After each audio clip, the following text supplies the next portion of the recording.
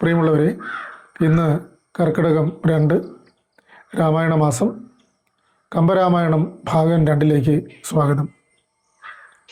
ഇന്ന് നമ്മൾ ചർച്ച ചെയ്യുന്നത്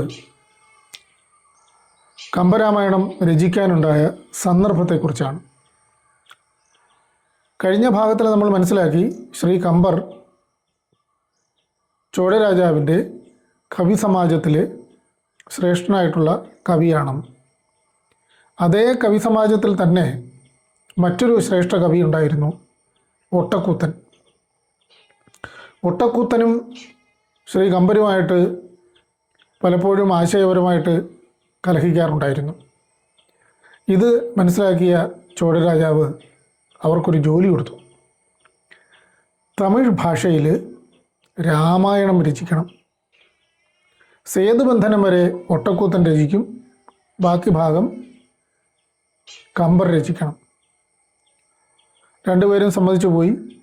ദിവസങ്ങൾ കഴിഞ്ഞു. ഒട്ടക്കൂത്തൻ അദ്ദേഹത്തിൻ്റെ കർത്തവ്യം നന്നായി നിർവഹിച്ചു.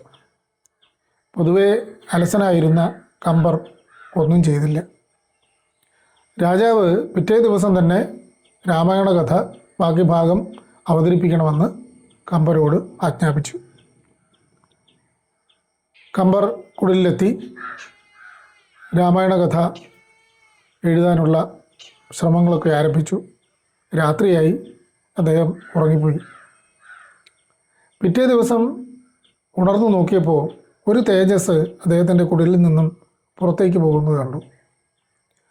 അത് കണ്ട് ആശ്ചര്യത്തോടെ കമ്പർ പറഞ്ഞു, വഴുതി മുടിഞ്ചുതേ അമ്പ.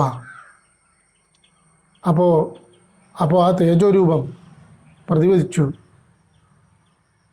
എഴുതി മുടിഞ്ചതേ കമ്പ എന്ന്. വളരെ വിശാലമായ അർത്ഥം ഉള്ള 2 വരികളാണ്. അതൊക്കെ ഇനിയുള്ള സന്ദർഭത്തിൽ നമുക്ക് സംസാരിക്കാം.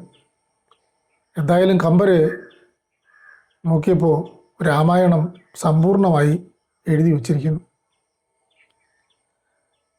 അദ്ദേഹം അത് രാജസദസ്സിൽ പാടി. എല്ലാവരും ആശ്ചര്യത്തോടെ കേട്ടിരുന്നു, പ്രശംസിച്ചു. ധാരാളം സമ്മാനങ്ങൾ അദ്ദേഹത്തിന് ലഭിച്ചു. അതോടൊപ്പം ചോഴരാജാവ് ഈ കൃതി പാവക്കൂത്തായിട്ട് എല്ലാ ദേവാലയങ്ങളിലും അവതരിപ്പിക്കണമെന്ന് ഉത്തരവിട്ടു. അതോടെ കമ്പരാമായണം വിശ്വപ്രസിദ്ധിയിലേക്ക് ഉയർന്നു. ഇതാണ് കമ്പരാമായണ രചനയുമായിട്ട് ബന്ധപ്പെട്ട കഥ. ഇനി ഇതിൽ നമ്മൾ പരിചയപ്പെട്ട കുറച്ച് വാക്കുകളുണ്ട്. ഒട്ടൻ, കൂത്തൻ, കമ്പൻ, ഇങ്ങനെയൊക്കെയുള്ള കുറേ കാര്യങ്ങൾ. അതൊക്കെ നമുക്ക് അടുത്ത ഭാഗത്തിൽ ചർച്ച ചെയ്യാം. വളരെ സന്തോഷം. വളരെ നന്ദി.